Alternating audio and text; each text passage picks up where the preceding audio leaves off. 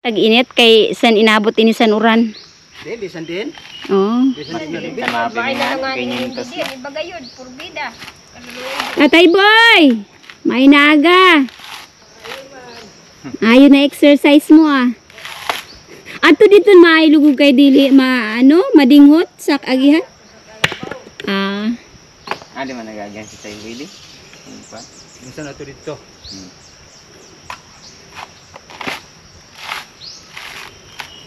Ngayon yung exercise laki sa bukid. Healthy ka gid sang kaka-exercise. Di lang magkasakit. Lahat kung mga iba nagurang sige lang ka-ingkod. Dili na kalakat. Pero laki sila nagurang ay ito pilo pa kulaki. Mga edad sina niya nasa 75. Oh, 75 years old that guy there. Yeah, sure. Yeah. Para sa stress ang maaga sige na sinangka. We have a neighbor like 100. Anak ko din eh. Si Kuan Si si Mandesidad. Ay, yung baganora gala, yung paggurang ang maghapon. Kay Ano yung nga na? yan kay mapalo pa daw siya sa drone. Hindi. Nandun sa bukid-bukid. Dala ka na tabi ka mo ha? Napunta ko. Ikaw. Mapalupad siya sa drone di. Yung karusa. Kay ginhila niya. So where does that one go? Or is that a trail? Yeah, that's okay. And then the right. Yeah, that's right. Is right the carabao? Sinira lang yung Kristya. Si Kristya man yung nagkinuhaan. Sino sige mo sana? Ako. Cute. Ginawan ko ang dahilan dakili. Ginawa lang si Barry. Kinawara ginabakal. Ang hani mo baka mo din prutas? Ami ini santol. Ato. Oh. Tinatakan. Baga amo min rubber. Tinatakan na nga ni Loyo. Sa siguro Loyo. Baga amo man in rubber. Bagang pili. Daki na lagi. Badang gulito na naritaso. Mga tugad din na, Angie Smil. Bakal sinang tao. Kaya man tatak mo di. Okay, nandiri. Here, give me the GoPro. Maybe. Or not. Yeah. So this is Barry. He owns this coconut farm. Yeah, okay. Yeah. This is his farm. His coconut farm. See that coconut right there. Very nice. Very green here. Yeah. But he don't like to move here, to live here. Because the problem is like the health care or hospital, they don't have a good hospital here, and it's too far, like let's say 2 hours drive to 3 to 4 hours. If something happened to the people, it's risky. And also they don't have a close grocery or malls here because we are like very off-grid place. Ang okay man lang di pa may grocery store ka. Dakong bagsakan sa mga mariposa. So they make a fire here. They put a lot of woods, whatever they wanted to put, and the smoke or the heat, it's going out here. That's why how the copra made. Oh, and this one they made too, charcoal. So they made here until like maybe 3 days and it's done. Yeah, like my father before, but my father's already died. Look at the rest house. Back to 2023, this rest house is very new. And no, it's not.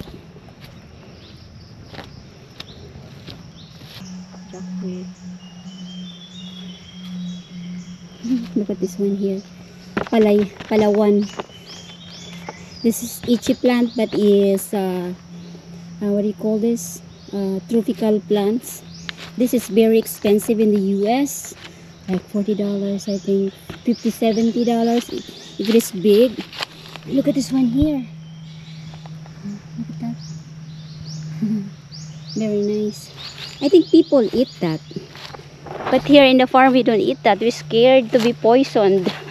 So we don't eat anything. But we only eat, if we know that they are edible, we will eat. But if we are not sure to eat, we don't eat it. But most likely, I mean, some of those people here, they know if they are edible. Banana. My pretty mom, she is single, ready to mingle. She's available. She is 73 years old, guys, but she look healthy and she still look young. Yeah. She is. Yeah, she walk a lot. But now she have cold and cough. Her health is good. Yeah. Yeah, just high blood pressure, but that's, Yeah. it's better than Yeah. nothing else wrong. High blood that is pressure is good. normal High for blood the old pressure people. is- Yeah, Yeah, maybe it's normal. Yeah. Oo. Not Normal na sa mga old No, people. it's not normal, but Yeah, it does. just to have high blood pressure is your only problem?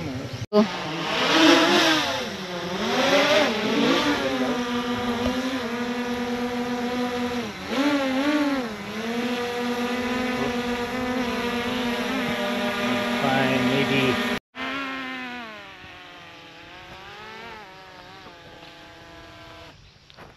I see. Mako na ako ng konti lang. We make the sawa, What? the jackfruit. Junk fruit. Ano sa English ang langka? Jackfruit. Jack fruit. Mhm. Jack fruit. Jackfruit. Bagan jackfruit. Harvest the he gets some jackfruit because we Biro sa inyo. yeah. We cook the vegetables. But they are small. Yeah. But we get at least 3 or Ay, damo-damo na ini. may mga tiras patida yan. Ay, wara ini. Yeah, the fruits right there on the top.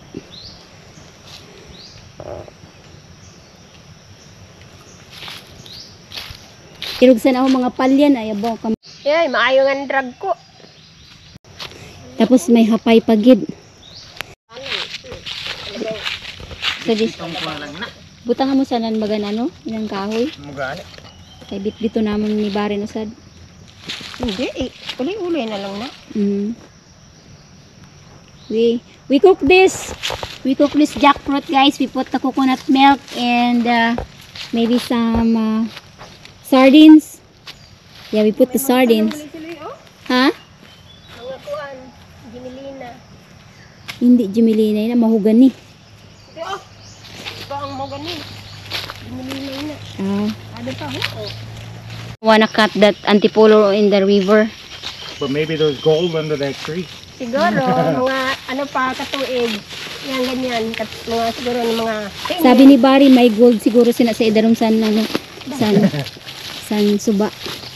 Oo. Kay na nagakalawang baga ang tubig. Oo. Kapag may kalawang, may na siya. Bagan may bato dida na kakaiba. Di ba bato. dati pa yan sa ito?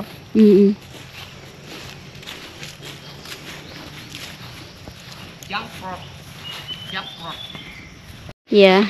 So if they they have a problem, they can sell it. If they have a baby carabaos. They have savings account. Yeah. Pakastan mo rin na yan. Why not? Kaya sayang mas ang panahon. At Yeah, what was that? to pay. That's fine. Brian will have savings account. So this is my auntie land asawa. It's so clean. Yeah. No trees.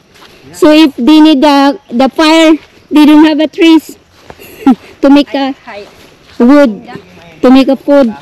Huh? We are now in the farm again, in the hills. My family farm. So our Leon down there. And you can see the here, Aroroy. You can see the cell site right there. Yeah, look at that farm. All coconuts. Our main product here is coconut, and we make the copra. That's our income, or Yeah, that's our income. Main income. Mango. Di ba mas itong balay din ni Papa Turning ho? Yan naman gamit. Ayo lang kay ini didisad to. Sa tugis ang dili pa na kuan mo ko na tanaw-tanaw na aruro. May balay pag kita dili ako. Hindi ko na ito nadumduman. Gamay pa siguro. Siya di daw. May balay magita daw ako. May ito nadumduman ko da. Ay, jutay ka pa. Makon ato ko mga isaduyan.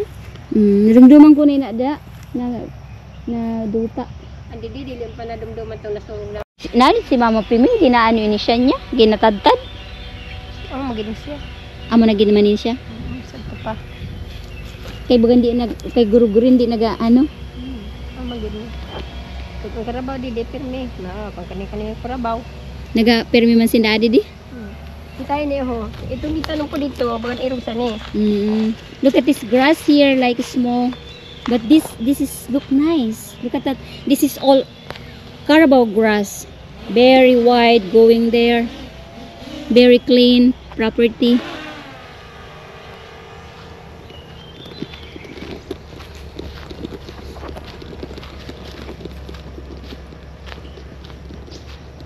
Baka lungkot na lang kayo initan na nakadutaan.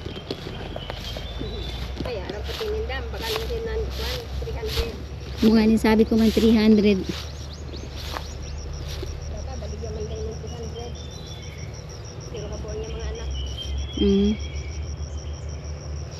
Sidim balay kasi ito.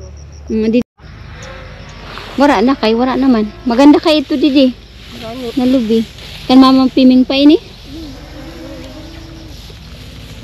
Our land. Very nice here. On the hills. Very green. Very clean. And yeah, look at this here. There's a water too. Like a little river. So the Carabao, I think they come in here and swim. They shower here and drink water. So look at that, the small river. Very nice. And here, I remember when I was young, we shower here too. Look at that. Oh, they have a water there too. This is my father. Father is still his land. It's part of it. Look at the hush, coconut hush, right here. Yeah. I don't see a snake right now. They're hiding. But sometimes you can't see the snake because sometimes they hide in the trees, the same color, like green, brown. They hide, so nobody knows. You don't see. So this is my fatherland, right here. Before, when I was a kid, this one here, this place they making a corn farm. And also cassava, peanut farm, sweet potato. Yeah, they do here. Banana there. Yeah, I remember when I was young. We're just playing all around the farm. Like my father, he shout in the middle of no. We are in the side. We're playing. We have a big playground. Like my father, they cannot reach us, so we climb the coconut and get the coconut and drink or eat it. He don't know because he can't see us. He can't. It's too far from the house. That's our tricks before we go somewhere far in our property and we get the coconut. My brothers, we climbed, and then I hope you enjoy to my family farm here in the province of Philippines, here in Masbate, and very green here, and of course very nice. But the problem is we don't have electricity right now, and it's hard to you know, we use the solar, and of course we use the water from the other barangay because we don't have water right now. They cut and no water source, and I hope they can fix that soon because it's hard to, you know, to get the water from the house going to another place to bring the water in the house. So we need the gasoline. We need Brown out na. okay lang. Thank you guys for watching. Don't forget to like and subscribe if you are new here in our channel. My name is Cathy, and that's my husband right there. Thank you for watching. Bye bye. See you next time. Woo! Nag-dark na. This is my mom. Sabi ma'am, thank you for watching. Thank you for watching. Please subscribe. Yes, I'm here in the Philippines. So thank you very much, all of you. Yeah. Bye bye. Bye-bye. If you want to give coffee for mom, just ask me so I give you her address. See you. Bye bye. Gusto mo magsabi ko mag-hello? Kung may ano ka? Ano sabihin ko? Basta. Hello. Yeah, I'm a mother of Cathy. So I'm here in the Philippines. I would like to greet you, everybody. Yeah, if you wanna visit here, just ask to mom. You can leave the message and comment to my mom so I can tell her that if you wanna visit her farm here in the Philippines, she's fine. You're welcome, guys.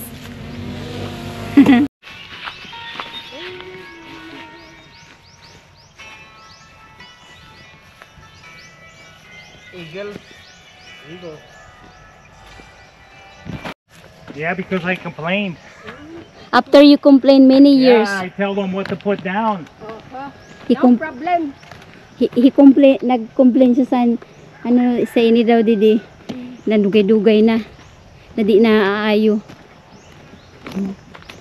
Nag-post niya sa Facebook. Amo na ini bagang sabi niya butangan sa ni. Wow, look at that, they put now the gravel. Yeah, this will help dry it out, I think. Yeah. What is this, limestone? Maybe, now I don't think it's limestone, but it might help. Yeah. It almost makes me think it's old concrete that they Yeah. broke up. Yeah, it's look like old concretes. Which is okay, it still will help drain. Yeah, of course they use here. But they need like 4 of these, 4 or 5 just for this, and then 3 or 4 over there. Yeah. Not just one. Yeah, because the truck is always coming here. Look at this. This morning, this was good, but now look at this one again. It's a mess up. If Let the the rain, big truck come through here, flatten it out. yeah.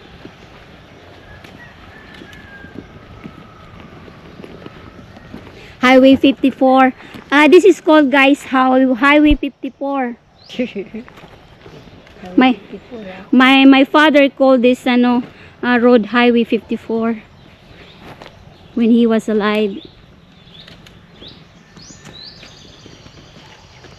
But it's a good thing right there. It's a good thing. It's a first good thing that they put that gravel or rocks right there, so the cars, the truck, the motorbikes, they can here, they can go through not so bad, because they make it really bad here. Especially if raining, very bad to here to drive. This morning this was good here, but now look at this one now. Yeah, I know, you can't take a truck through here now. Yeah, I mean, you can, but it's... slow. This one here is for the fig, so you can, if you have this, it's called here in Philippines, in Masbate it's called palupino, and these leaves you can feed to to pigs, cows, carabao.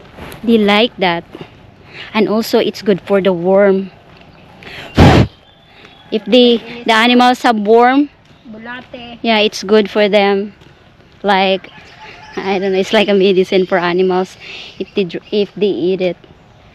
But I think they can use that to in the feeds, like they put it all together.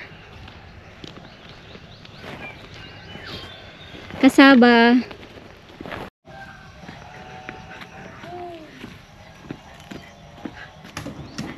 We are now in the house. Back to the house.